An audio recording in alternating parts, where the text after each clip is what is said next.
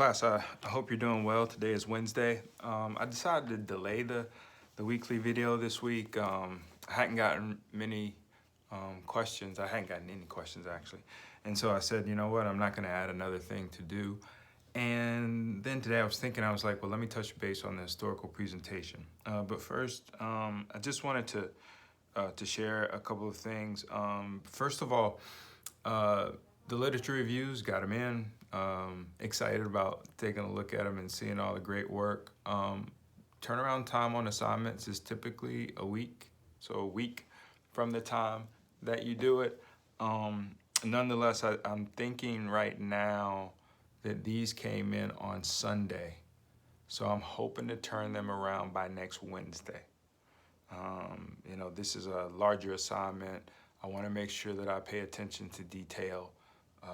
So that will be the timeline for those assignments. And if the timeline changes, I'll certainly let you know. With regard to the historical presentations, I hope you've been doing some learning, applying the book, being creative, which is really important, and having some fun with this assignment.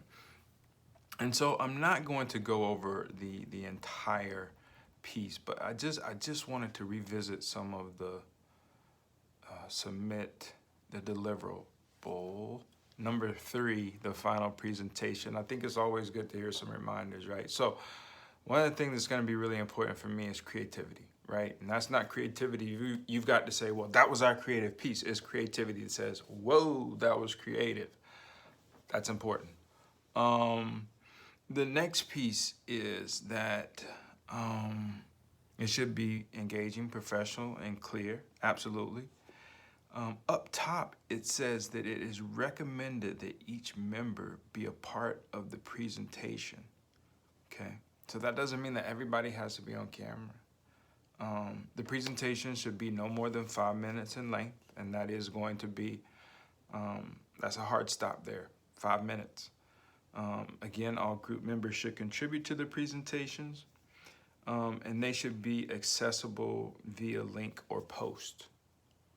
So I'm gonna double check with Connor to make sure that you have a space online that can accept these. But you could also post it on someone's YouTube channel and then provide access, because the entire class has to have access. So I wanna really be clear about this. This is a part of the process. And so I'm hopeful that everyone has sort of researched it, made sure that by the deadline they're gonna be having in, and it's accessible, because this could go be a detractor from your grade. So please make sure that 1, is accessible to me, 2, that it's accessible to your classmates. And after I finish this, I'm gonna double check with Connor to make sure that a video that's 5 minutes long will be able to fit if you decide to post it on the discussion board. Posting on the discussion board is not the same as turning it in to me. I need a link or I need a file. I need a link or I need a file. All right, so next, once you submitted your video, there will be 2 discussion peer replies that you are encouraged to provide to individual classmates. I'm gonna make an amendment on that, and I'm gonna say 1. I'm gonna say everybody needs to make 1 reply. You guys have been working hard, and I've been thinking about ways to cut the workload. I don't have that authority, but here, maybe I got a little leeway, I don't know. But I'm gonna say we're just gonna do 1 peer post. And then deliverable 4 is the group member self-evaluation. I really wanna emphasize that honesty is important. I know everybody wants to make a good grade, but you giving the better than the grade, the best thing that you can do for your classmates is give them an honest assessment of their work. I think that's more important. Your peers, you have respect for one another. Please give your peers and give me an honest assessment. I'm gonna go back up, select a name for your group. It's a gradable item. Have a name. Group participants. I don't need to know that. This is some of the stuff that was in the content creation plan, but is relevant. So you should have your group name on your presentation, right? You've done the themes. You've got a suggested work. Those are really the most important pieces as I see it from this presentation. So 100-point rubric is 20% of your grades. And I think really that is about it. I mean, I'm looking for conciseness. I'm looking for a presentation that's 4 to 5 slides long. I'm looking for the APA format. I definitely think this is an audio visual presentation. So whether you're doing audio, whether you're doing video, that is important. How has the idea you are examining influenced social work practice today? A clear line. This is what has happened in the past. This is how it influences today. As everyone knows, I sort of like specificity. What reforms could be made in light of the historical tradition that you have accepted? And foremost, the overarching, what is the history of the idea? So, when we look at what the presentation should cover, and it's 4 to 5 slides, right? And 4 to 5 slides is a hard stop, as is 5 minutes. There are 3 questions right here that you could easily use for, your slide outline. What's the history? How has it influenced social work practice today?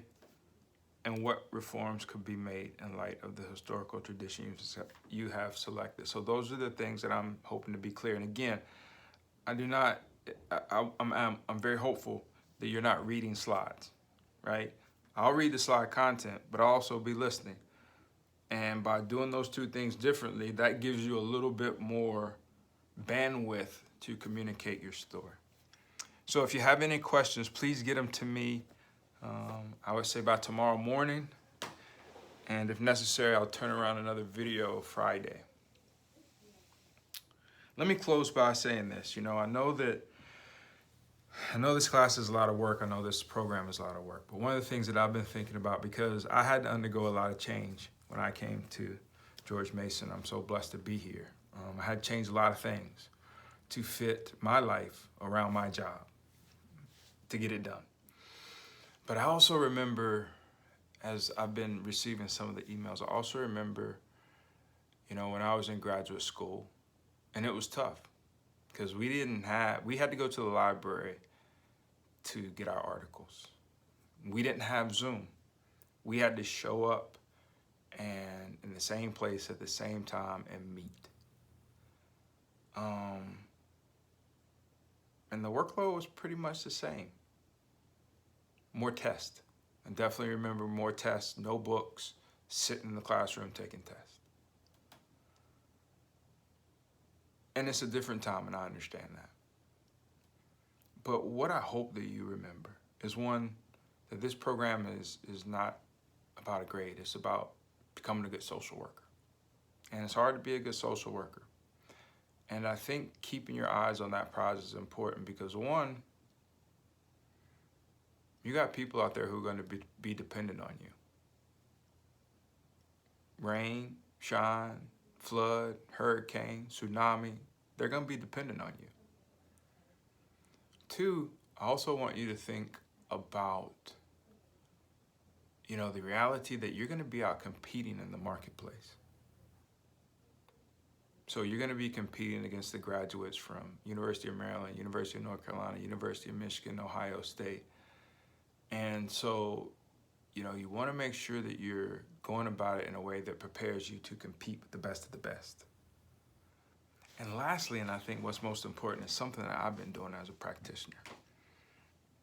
I am still going through finishing up my clinical hours, which I will do in January. Even though I've been practicing for years, I've been through this process a couple of times. But as of late, when I meet with my clients, before or after I get off a Zoom call or a private meeting or a phone call, I ask myself, am I working as hard as I'm asking them to work? am I taking my life and the things that I do from a strengths-based perspective like I ask them to? It's been sort of helpful for me as a clinician and as a person because, you know, I can't sit up here and ask them to tough it out and to be tough and to do certain things, and I'm not doing it myself. And that's really been helpful for me. Maybe it'll be helpful for you. But what I do want you to keep your eyes on the prize, and that's just digesting as much material as you can and working to try and prepare to be the best social worker you can. If you do that, and you read, and you apply what you read to your assignments, everything's gonna take care of itself. I hope everybody's doing well. Send me any questions on the historical presentation if you have any. And as always, I'm in your corner. Take care, bye-bye.